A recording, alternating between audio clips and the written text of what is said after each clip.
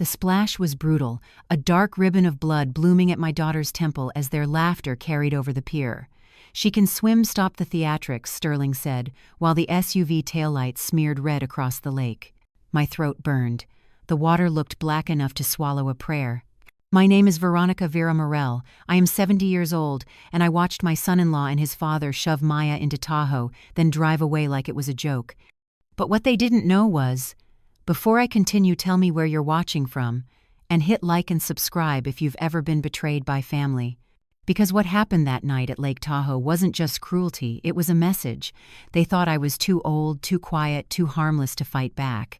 But they were about to learn otherwise. The lake smell never leaves you once it settles in your lungs. It's sharp and metallic like wet pennies. The night they pushed Maya, it all came rushing back, the same smell I'd known since I first came to Tahoe 40 years ago when I thought water meant peace. Back then, I was just Vera Keene, 29, newly married, working at the Washoe County Records Office. I lived by the hum of fluorescent lights and the weight of paper. I could tell a forged signature by the pressure points on a page. Every morning I'd pin my hair back, set my coffee on the same right corner of my desk, and remind myself everything has its place. Maybe that's why I survived the chaos that came later. Patrick, my husband, used to call me his archivist of souls. He thought it was charming that I needed order to breathe. We had one child, Maya, my whole reason for staying sane through every shift and sleepless night. I remember the first winter after Patrick's heart attack. The house smelled like paper and dust. The world became a file I didn't want to open. Maya was 15, then quiet and graceful, her eyes already carrying a kind of apology I couldn't name. I caught her folding Patrick's sweaters one night, pressing her face into them to breathe in the scent. I didn't cry. I just labeled each box "Keep Donate Archive." That's how I cope with boxes, labels, systems. I didn't know it then, but my obsession with keeping records would one day save her life. Maya grew into the kind of young woman people liked immediately. Gentle voice, careful smile, always trying to make everyone comfortable, even if it meant setting herself on fire for their warmth. She met Colin Whitby at a corporate event. I helped staff one of those over-polished fundraisers with crystal glasses and men named after presidents. He was charming in the way snakes are charming, smooth, shiny, hard to read until they strike. Sterling Whitby, his father, was a different breed, old money, old power, the kind of man who called judges by their first names. He ran luxury resorts and golf properties, and every gesture he made screamed, "I own this room." When Colin proposed, Maya was radiant. The wedding was in their backyard. Sterling's backyard, sprawling lawn overlooking the water. White chairs, linen napkins, a live quartet. I wore a mauve dress that didn't quite fit my shoulders and smiled so hard my cheeks hurt. During his toast, Sterling raised his glass and said, "In this family, we look after our own. Always." Everyone applauded, but I saw the way he looked at me over the rim of his glass, me, the county archivist from Reno, who didn't belong among suits worth more than her car. That look said, "You may have raised her, but she's ours now." I didn't know it then, but that sentence, "we look after our own," wasn't a promise. It was a warning. After the wedding, Maya drifted. Phone calls became short, her laughter more practiced. When I visited their lake house for the first time, I noticed little things: makeup concealer under her sleeve, the way she tensed when Colin reached for her waist. She said she'd slipped while cleaning the deck. I wanted to believe her.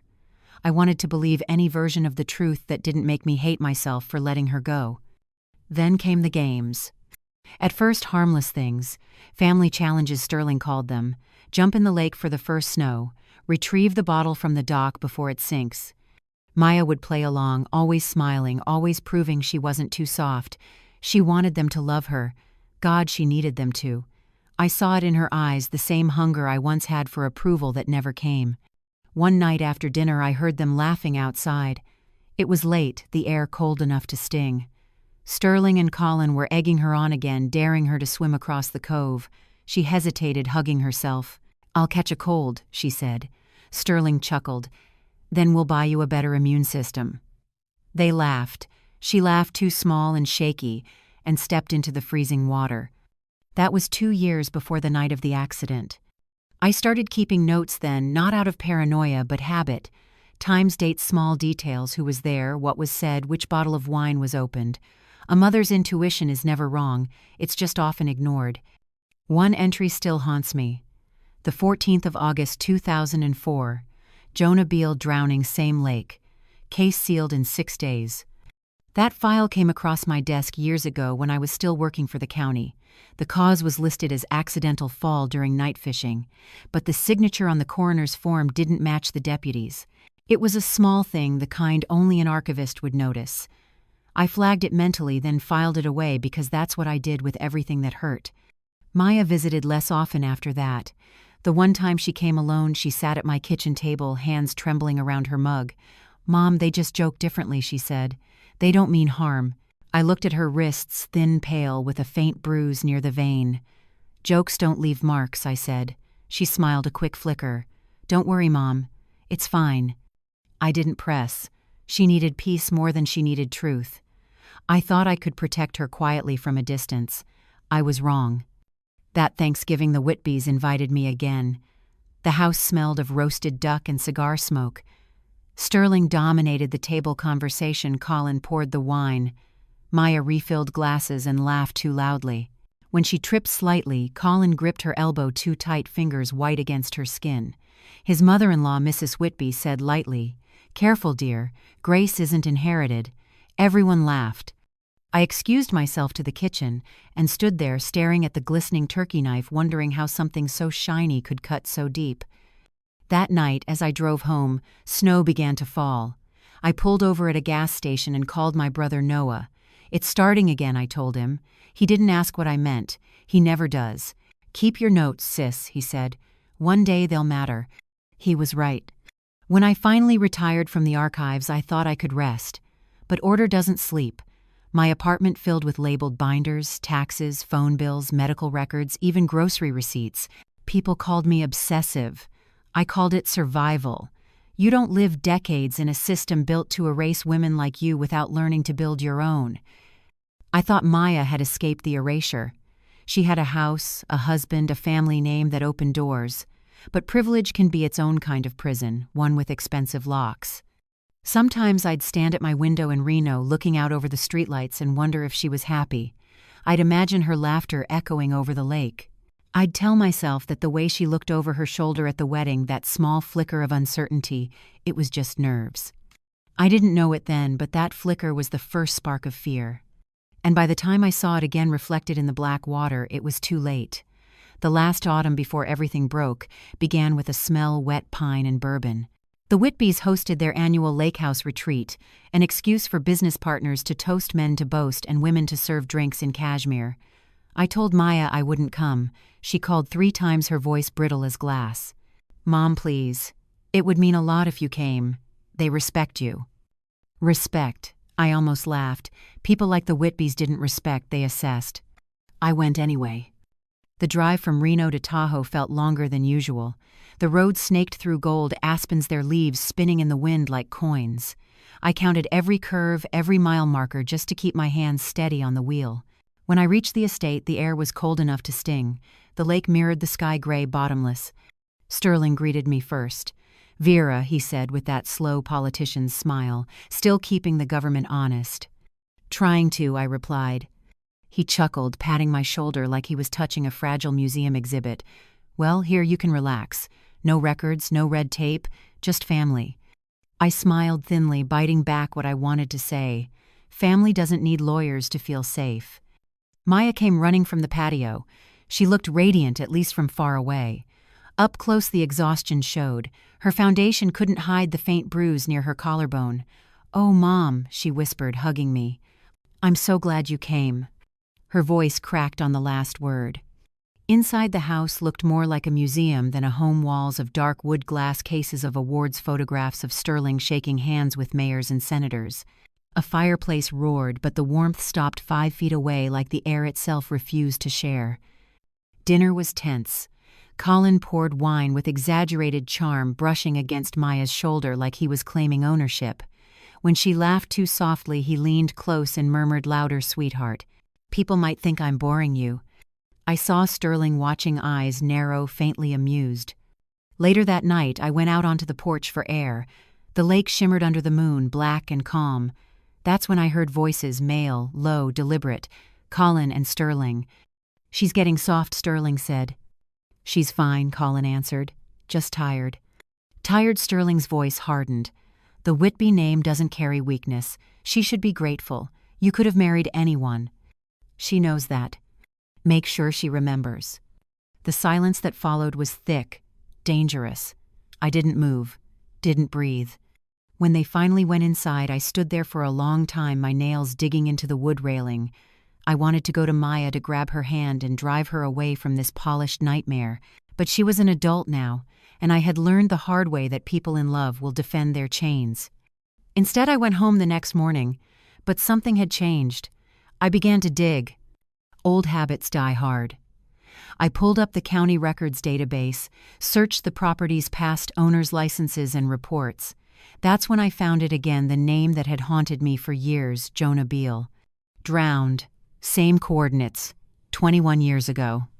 The file was thin, unnaturally so. Case closed. Accidental. I requested the archival copy under a clerical review clause. When the brown envelope arrived, it was half-empty, pages missing. Signatures blurred someone's idea of erasing history.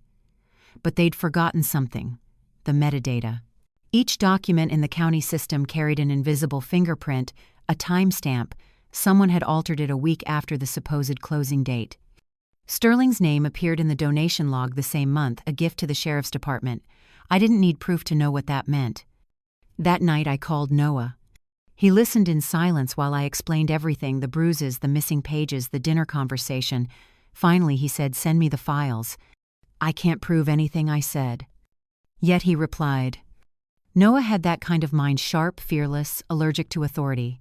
He'd been an investigative reporter once before he made too many enemies and started his podcast, Rust and Ash. He always said corruption never dies, it just changes address. A week later he called me at midnight. "That drowning 21 years ago wasn't an accident," he said. "The dead man Beale, he was Sterling's business partner. They fought over resort shares the night before. I found a letter from Beale's sister. She said he was scared, said if anything happened it'd be Sterling's doing." My hands shook around the phone. Noah continued. "There's more. A retired detective, Caleb Dwyer. He handled the case, lives in Carson Valley, now raising bees. I'm going to see him. I told him to be careful." He laughed. "I'm always careful." He wasn't. 3 days later he sent me a voicemail. "You were right, Vera. Dwyer says he was paid off cash and threats. He kept the original evidence sealed in a safe. He's willing to talk." I should have felt relief. Instead, I felt dread, because the last time someone went against Sterling Whitby, they ended up at the bottom of a lake. I started a blue binder, my just in case. Every email, every printout, every photo, labeled dated, protected. I didn't realize it, but I was already building a weapon. Then came the early frost. Maya called one Sunday morning. "Mom, can you come up next weekend? Sterling's throwing a small dinner. Just family." Her tone was off, flat, mechanical. My gut tightened. I almost said no, but then I heard her pause, a soft intake of breath, like she wanted to say something but couldn't. "All right," I said. "I'll come." That weekend would change everything. The drive up was silent. The lake shimmered under a sky so blue it felt cruel. When I arrived, the air was thick with smoke from the grill. Laughter floated from the deck. Garrett, no, Sterling and Colin were already drinking. I could smell the scotch from the driveway. Maya waved when she saw me, that same too bright smile, as if my presence might keep her safe. "Mom," she called, "you made it." I saw it then, the slight tremor in her hand, the bruise near her jaw. My stomach dropped. The men were loud, restless, the kind of drunk that thinks it's invincible. Sterling's voice cut through the air. "Too cold for you city girls." Maya laughed weakly. "It's freezing out here." "Back in my day, we swam till November," he boomed. Colin chimed in. "Maybe we should test how tough she is, huh, Dad?" That line, the tone, the mockery, it all felt rehearsed, a ritual they'd done before. My chest went cold. "Leave her alone," I said. "You're drunk." Colin looked at me, smirked. "Relax, Vera. You worry too much." I wanted to scream, to grab Maya and run, but before I could move, Sterling stood up, towering eyes glassy. "Come on, sweetheart," he said to Maya. "Let's see if the Whitby blood's rubbed off on you." Maya laughed a strangled sound. "Please don't." They didn't listen. They grabbed her arms, 2 men twice her size, and dragged her toward the pier. Her scream cut through the wind. I ran after them, shouting her name, my knees burning. "Stop!" She hit her head. The splash came next. A dull, sickening sound. Then laughter. "She can swim," Sterling said. I screamed until my throat tore. They walked away. When the SUV engine started, something inside me stopped. Not my heart, something deeper. The part of me that still believed justice was a process. I ran to the water, my shoes sinking in the mud. I saw her face surface, once pale, blood-streaked. Then she sank again.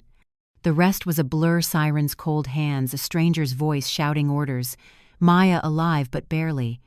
But one memory stands above all the chaos when I made that second call. The one after 911. "Noah," I whispered, staring at the lake that had taken and almost taken again. "They're heading home now." He didn't ask questions. He just said, "Do what you do best." And I did. Because I knew this wasn't over. It was only beginning. The hours after the accident moved like static white noise and flashing lights. I remember the ambulance doors closing on Maya's limp body, the siren cutting through the cold, and the paramedic's voice telling me to follow in my own car. I didn't cry. I couldn't. Grief felt too organized for what was inside me. This wasn't grief, it was precision. At the hospital in Reno, the air smelled of antiseptic and burned coffee. The walls were too white, too calm for what had just happened. I stood at the intake desk and gave my name, my daughter's name, the words head trauma and cold shock. The nurse nodded mechanically, already lost in paperwork. When they wheeled Maya into the ICU, her face was blue-gray hair tangled with lake weeds. I followed, pressing my hand over my chest just to remind myself I was still breathing. The doctor's voice came through the haze. "She's stable. Concussion, hypothermia, but she's alive." Alive. That single word cracked me open. But only for a second. Because I knew being alive wasn't the same as being safe. I stepped outside into the corridor. The vending machine hummed. Somewhere a TV blared a baseball recap.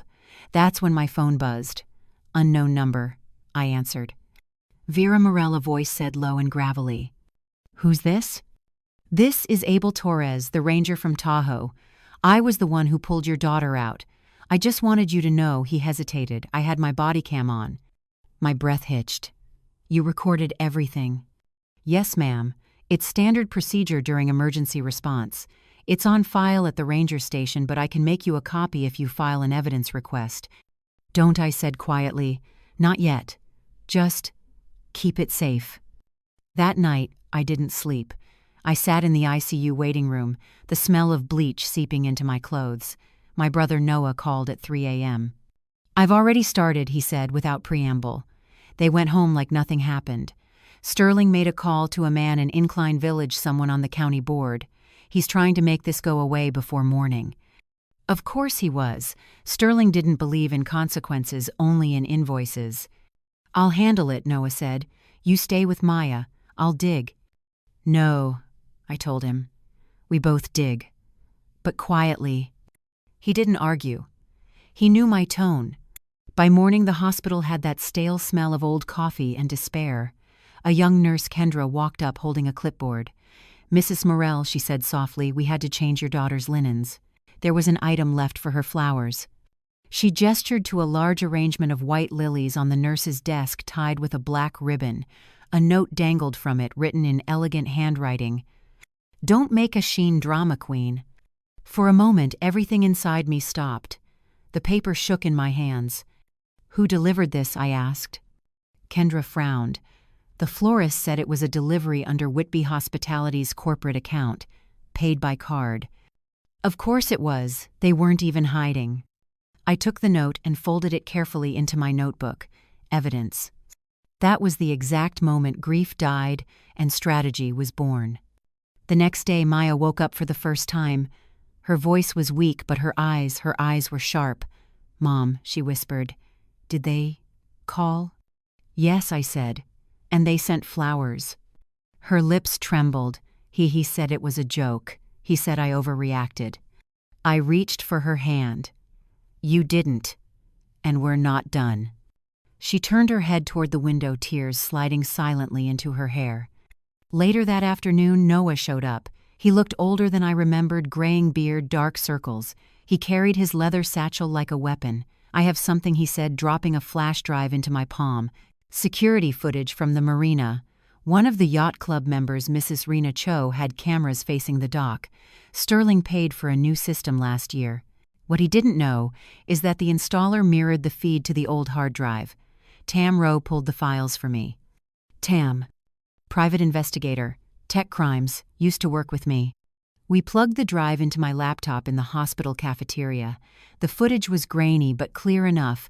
Maya standing near the edge of the pier, wind whipping her hair. Colin and Sterling behind her laughing. Then the shove, a splash. My throat tightened. Noah froze the frame. "This isn't a joke, Vera. It's attempted murder." I leaned back, staring at the screen. "No," I said slowly. "It's evidence." He gave me a long look. "You're thinking like the archivist again." Because that's exactly who they underestimated. We spent the rest of the day in my apartment in Reno. My dining table became a war room: binders, photos, printed receipts, every scrap of paper that could tell a story. I labeled each one: date, source, chain of custody. By midnight, a plan had formed. We weren't going to shout or threaten. We were going to document, to catalog every lie until the system itself couldn't ignore it. I looked at the blue binder sitting open on the table. My handwriting filled the margins, precise and steady. "We'll make them drown," I said quietly, "not in water but in their own paperwork." Noah smiled faintly. "Now you're speaking my language." I didn't know it yet, but by the next week, that binder would become the most dangerous thing in Sterling Whitby's world. 3 days later, the first warning came. I was sitting in the hospital cafeteria, sipping cold coffee, when the lights flickered. The nurse at the counter frowned and tapped the register. Nothing. Moments later, the fire alarm blared, short, sharp, and wrong. It wasn't a drill. Everyone rushed for the exits. I grabbed my purse and ran toward the ICU, my heart pounding like I'd been running for years. When I reached Maya's room, 2 security guards were already there.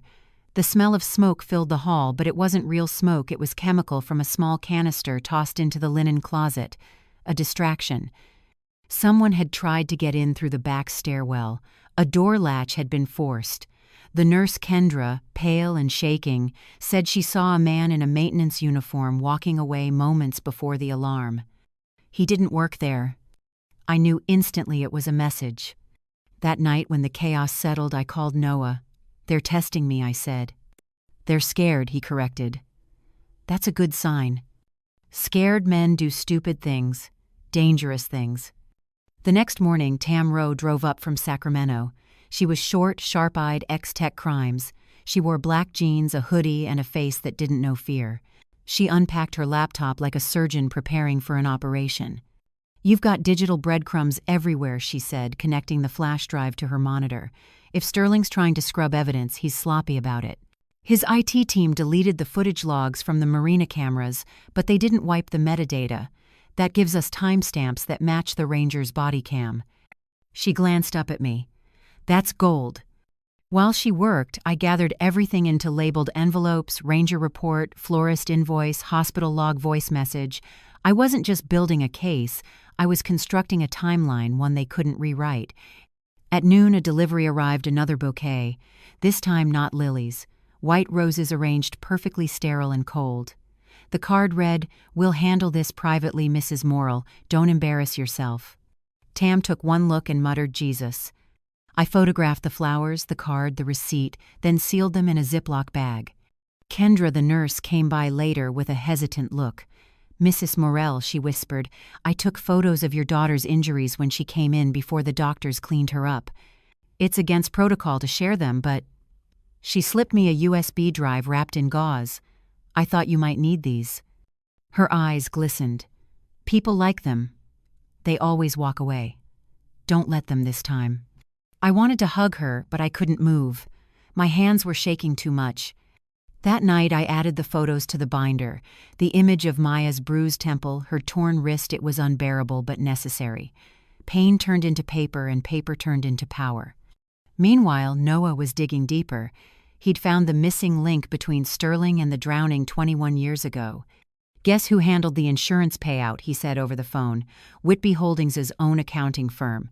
They signed off on a goodwill settlement to the victim's family 3 weeks before the case even closed."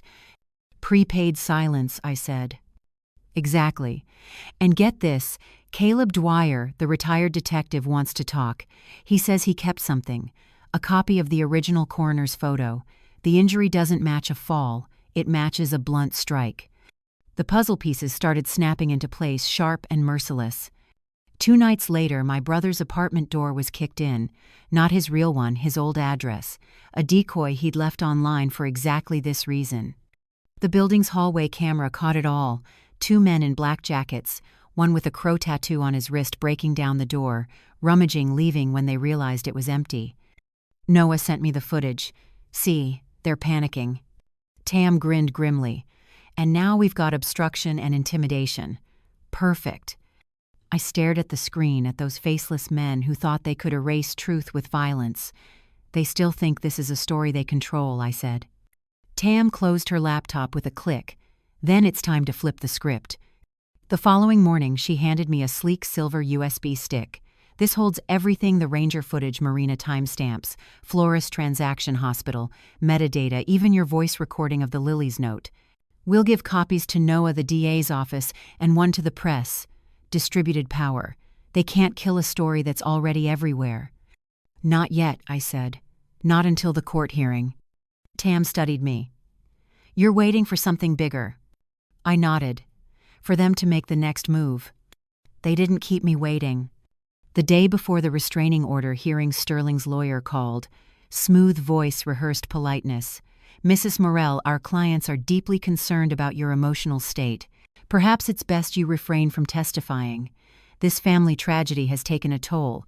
We'd hate for you to embarrass yourself on record." I let him talk until he ran out of condescension.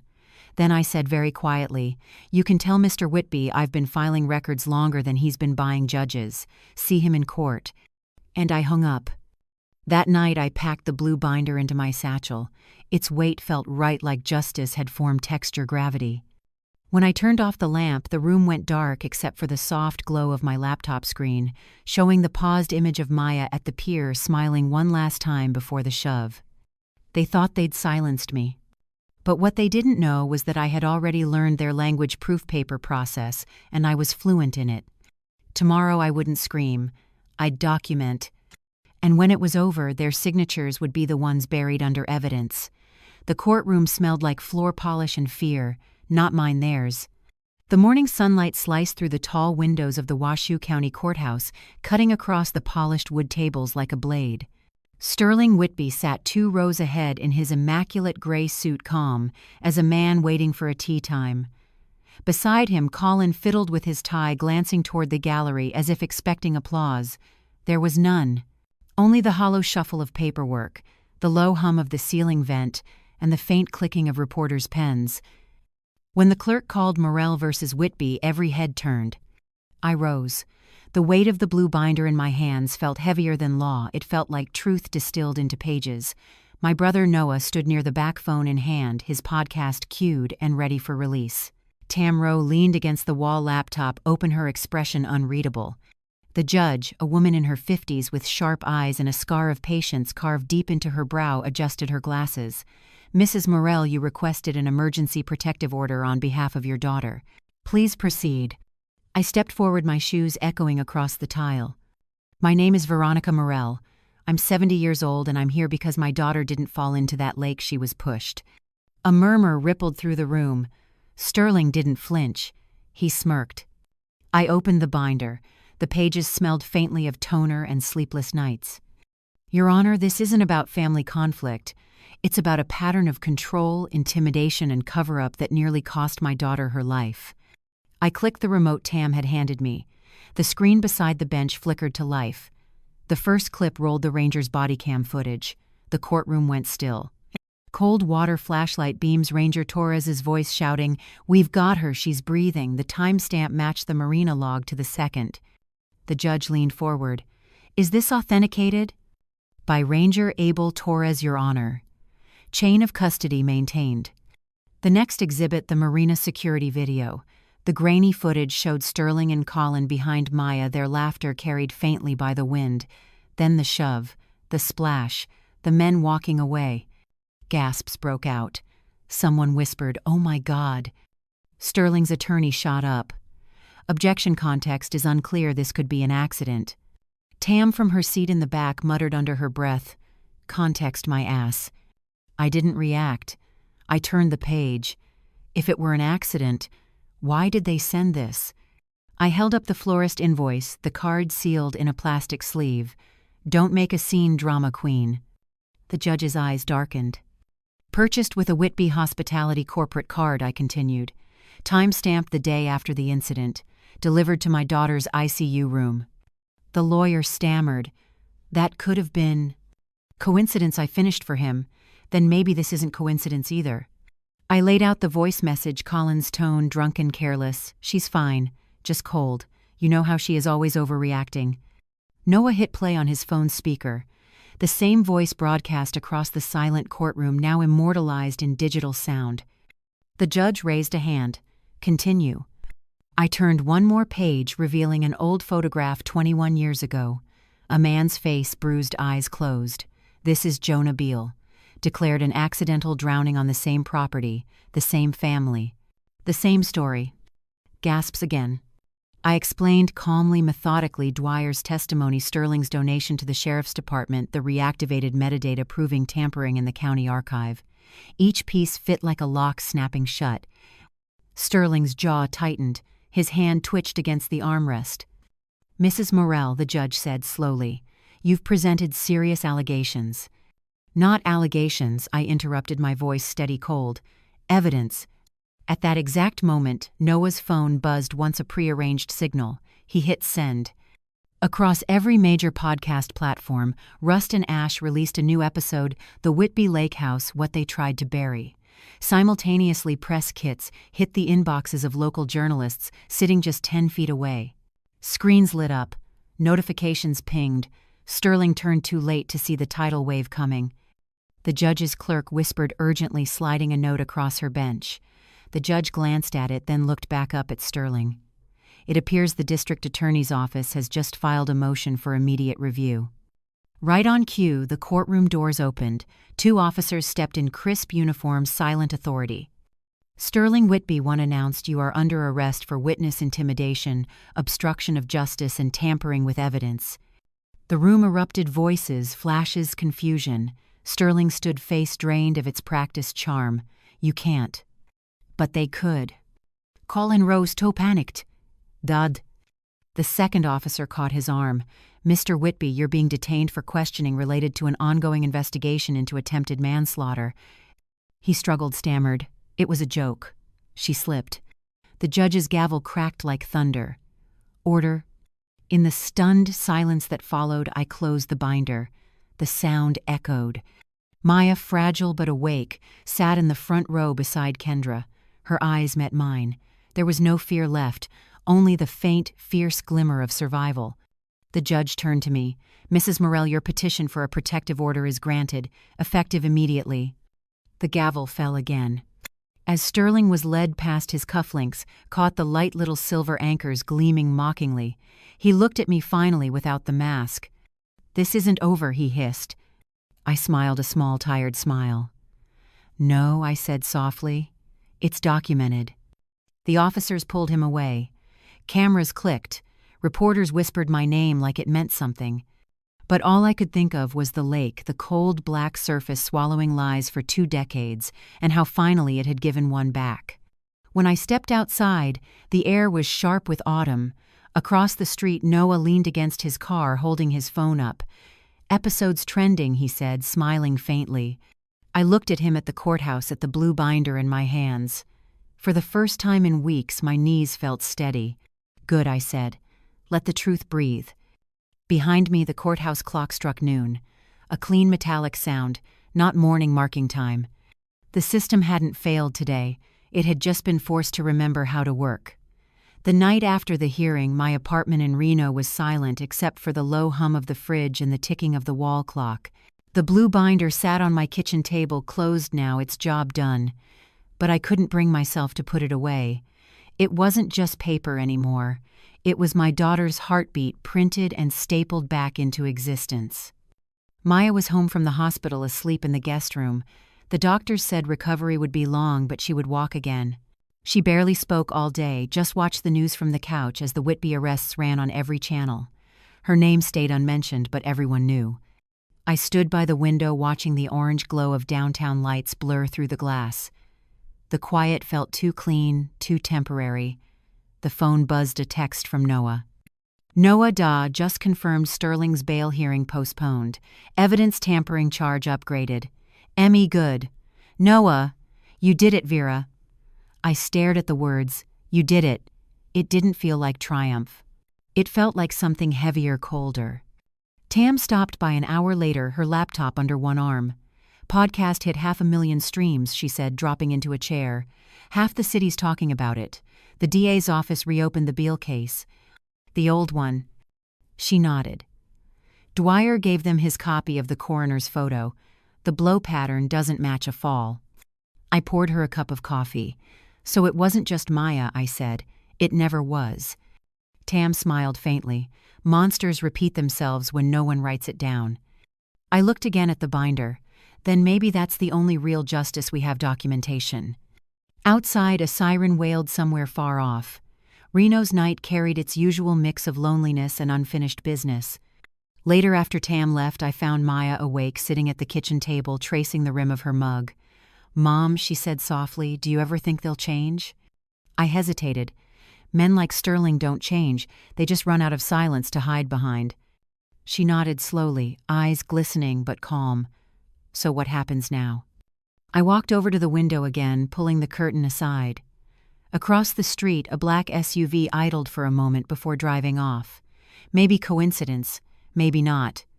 Now, I said, now we prepare for what comes next. Because I knew Sterling wouldn't stop from behind bars.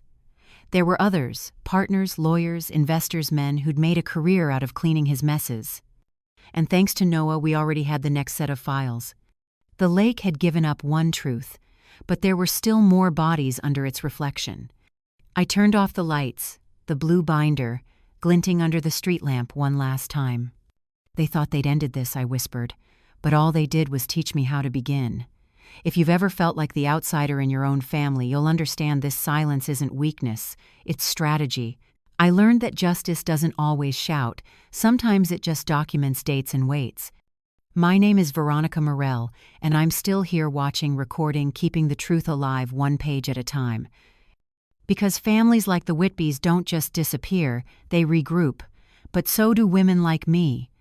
If you've ever been betrayed by the people who were supposed to protect you, subscribe. This story isn't over, and neither am I.